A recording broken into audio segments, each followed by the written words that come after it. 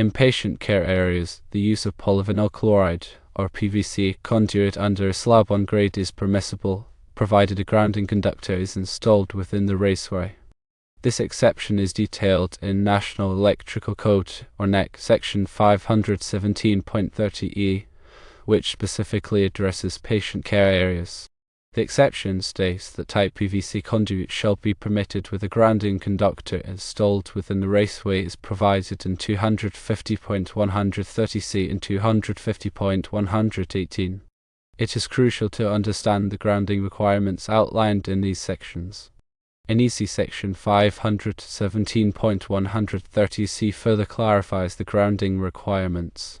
There is an exception that states where wiring devices with integral enclosures are employed and the wiring method is metal raceways or type PVC conduit having a grounding conductor installed in accordance with 250.118. An equipment grounding conductor shall not be required for the branch circuits supplying these devices. Section 250.130c outlines permissible methods for connecting grounding electrode conductors and equipment grounding conductors. It specifies that where used, the connection to a single grounding electrode shall comply with specific requirements. The grounding electrode conductor shall be connected to the grounding electrode by exothermic welding, listed lugs, listed pressure connectors, listed clamps, or other listed means. Connections depending on solder shall not be used. Section 250.118 lists acceptable equipment grounding conductors. These include copper, aluminum, or copper-clad aluminum conductors, rigid metal conduit, intermediate metal conduit, electrical metallic tubing, flexible metal conduit meeting specific conditions, listed flexible metal conduit meeting grounding requirements, liquid-type flexible metal conduit meeting specific conditions, liquid-type flexible non-metallic conduit meeting grounding requirements, cable trays, cable bus, other listed electrically continuous metal raceways and auxiliary gutters. The grounding conductor within the PVC conduit serves as a redundant grounding path, ensuring electrical safety in sensitive patient care areas. This redundant grounding path is essential to minimize the risk of electrical shock and equipment malfunction. The requirement for a grounding conductor within the PVC conduit is particularly important because PVC is a non-conductive material. Unlike metal conduit, PVC does not provide a natural grounding path. Therefore, the separate grounding conductor is necessary to establish a reliable ground connection. The size of the grounding conductor must be appropriate for the circuit it serves, as specified in NEC Table 250.122. The grounding conductor must be securely connected to the electrical panel and to all equipment and devices served by the circuit. Proper installation techniques are crucial to ensure the effectiveness of the grounding system. All connections must be tight and free of corrosion. The grounding conductor should be run in the same raceway as the circuit conductors to minimize impedance and ensure a low impedance ground path. The specific requirements for grounding in patient care areas are more stringent than those for general electrical installations. This is due to the increased risk of electrical shock in these areas, where patients may be particularly vulnerable. The use of medical equipment and the presence of conductive surfaces can increase the potential for electrical hazards. Therefore, it is essential to adhere strictly to the NEC requirements for grounding in patient care areas. Regular inspections and testing of the grounding system are also important to ensure its continued effectiveness. Grounding impedance testing can be used to verify that the grounding path is of sufficiently low impedance to provide adequate protection. Visual inspections can identify any loose connections or corrosion that may compromise the grounding system. In addition to the grounding requirements, other NEC requirements apply to electrical installations in patient care areas. These include requirements for isolated power systems, ground fault protection, and equipotential grounding. Isolated power systems are used in critical care areas to minimize the risk of electrical shock. These systems isolate the electrical supply from ground, so that a single fault to ground will not create a shock hazard. Ground fault protection is required for certain circuits in patient care areas to protect against ground faults.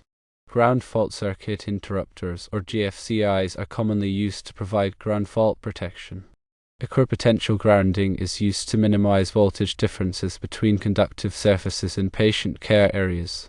This helps to reduce the risk of electrical shock by ensuring that all conductive surfaces are at the same potential. The NEC defines different types of patient care areas based on the level of risk. These include general care areas, critical care areas, and wet locations. General care areas are those where patients are normally subjected to electrical equipment. Critical care areas are those where patients are subjected to invasive procedures and may be particularly vulnerable to electrical shock. Wet locations are those where patients are subjected to wet conditions, such as hydrotherapy areas. The electrical requirements for each type of patient care area are different, with more stringent requirements for critical care areas and wet locations. It is important to understand the specific requirements for each type of patient care area to ensure that the electrical installation is safe and compliant with the NEC. The design and installation of electrical systems in patient care areas should be performed by qualified electrical professionals who are familiar with the NEC requirements. These professionals should have the knowledge and experience necessary to ensure that the electrical system is safe and reliable. The use of PVC conduit under a slab 1 grade in patient care areas is a common practice, but it is essential to follow the NEC requirements for grounding and other electrical safety measures. By adhering to these requirements, it is possible to provide a safe and reliable electrical system for patients and staff. The NEC is a comprehensive set of standards that is updated regularly to reflect advances in technology and changes in safety practices. It is important to stay up to date with the latest edition of the NEC to ensure that electrical installations are compliant with the current requirements.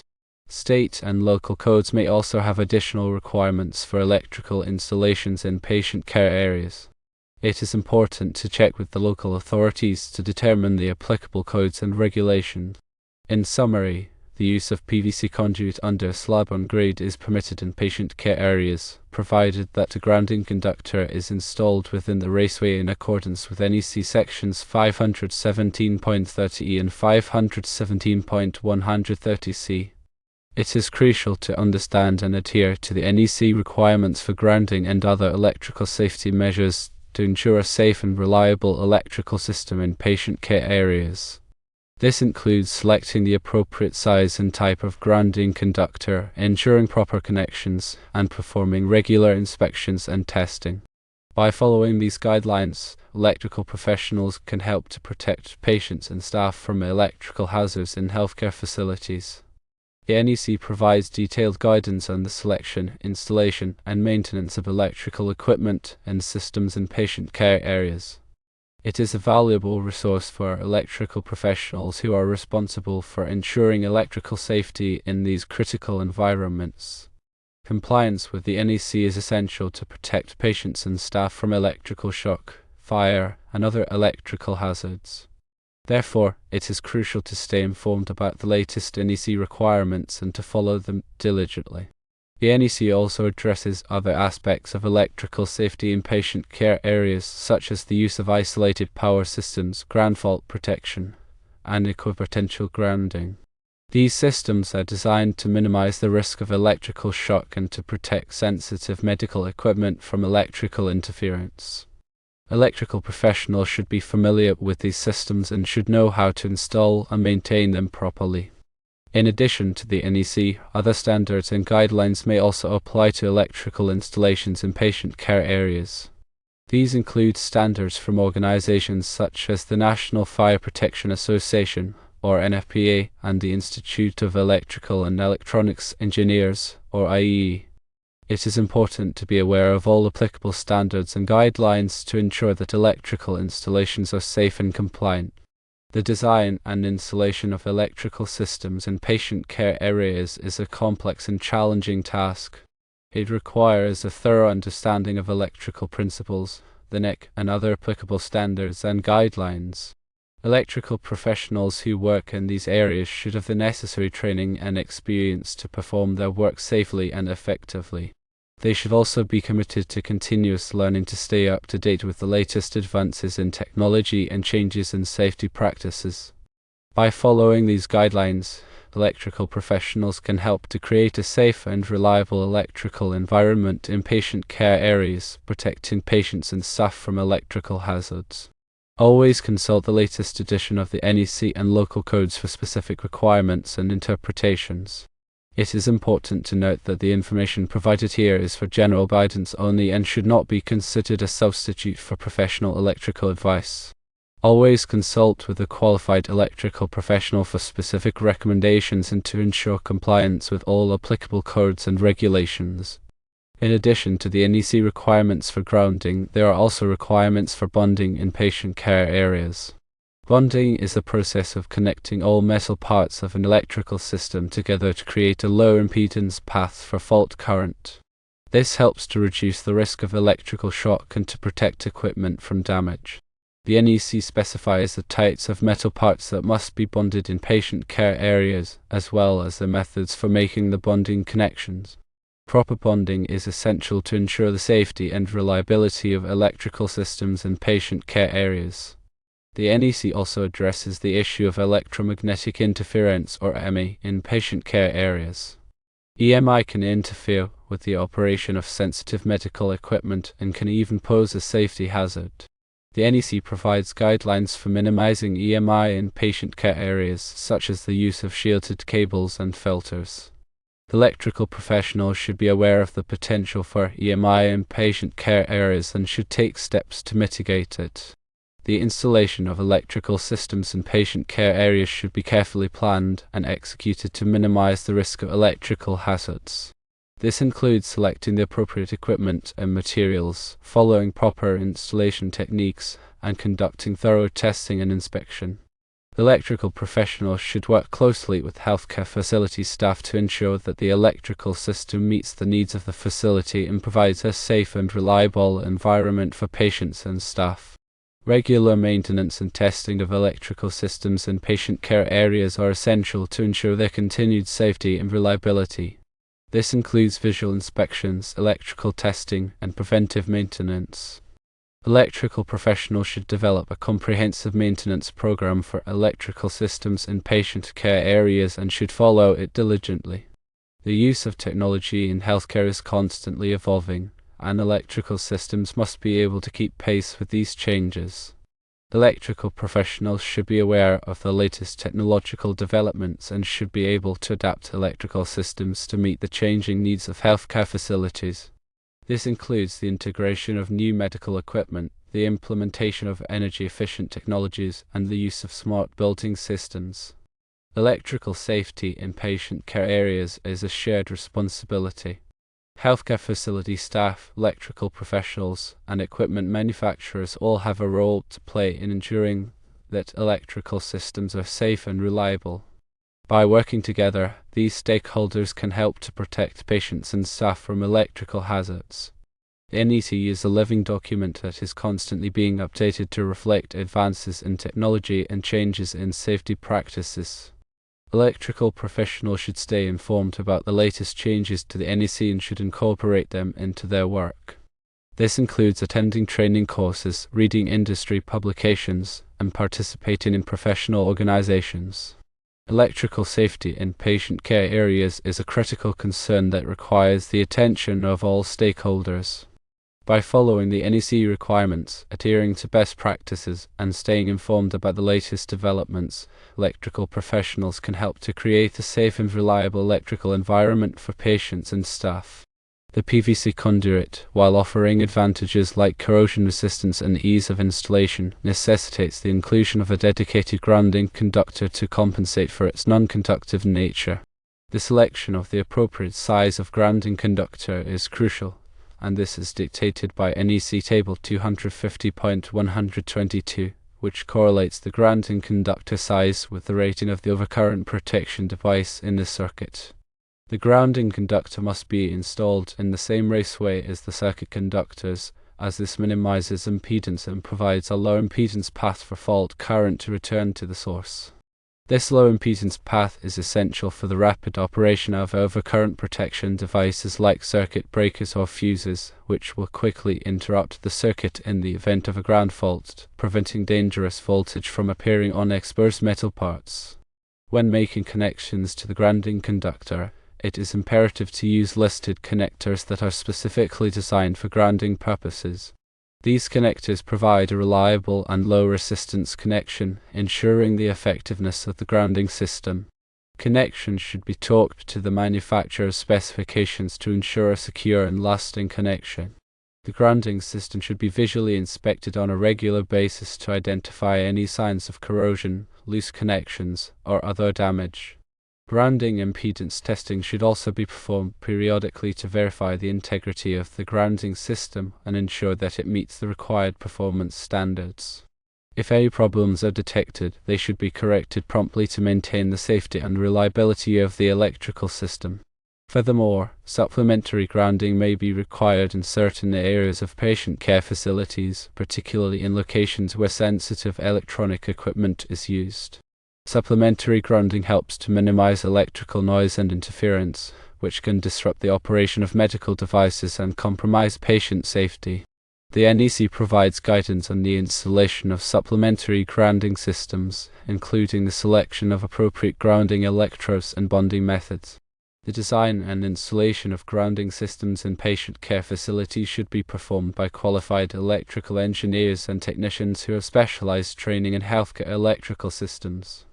These professionals can ensure that the grounding system meets the specific needs of the facility and complies with all applicable codes and standards. In addition to the grounding conductor within the PVC conduit, the metal enclosures of electrical equipment in patient care areas must also be properly grounded. This includes the metal housings of lighting fixtures, receptacles, and other electrical devices. Grounding these metal enclosures helps to prevent them from becoming energized in the event of a fault, reducing the risk of electrical shock. The grounding connections to metal enclosures should be made using listed grounding lugs or clamps that are securely fastened to the enclosure. The grounding conductors should be sized appropriately for the equipment being grounded and should be installed in accordance with the NEC requirements. Regular inspections should be conducted to verify that the grounding connections are intact and that the metal enclosures are properly grounded.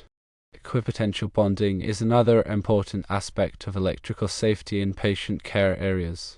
Equipotential bonding involves connecting all exposed conductive surfaces in a patient care area together to create a common electrical potential.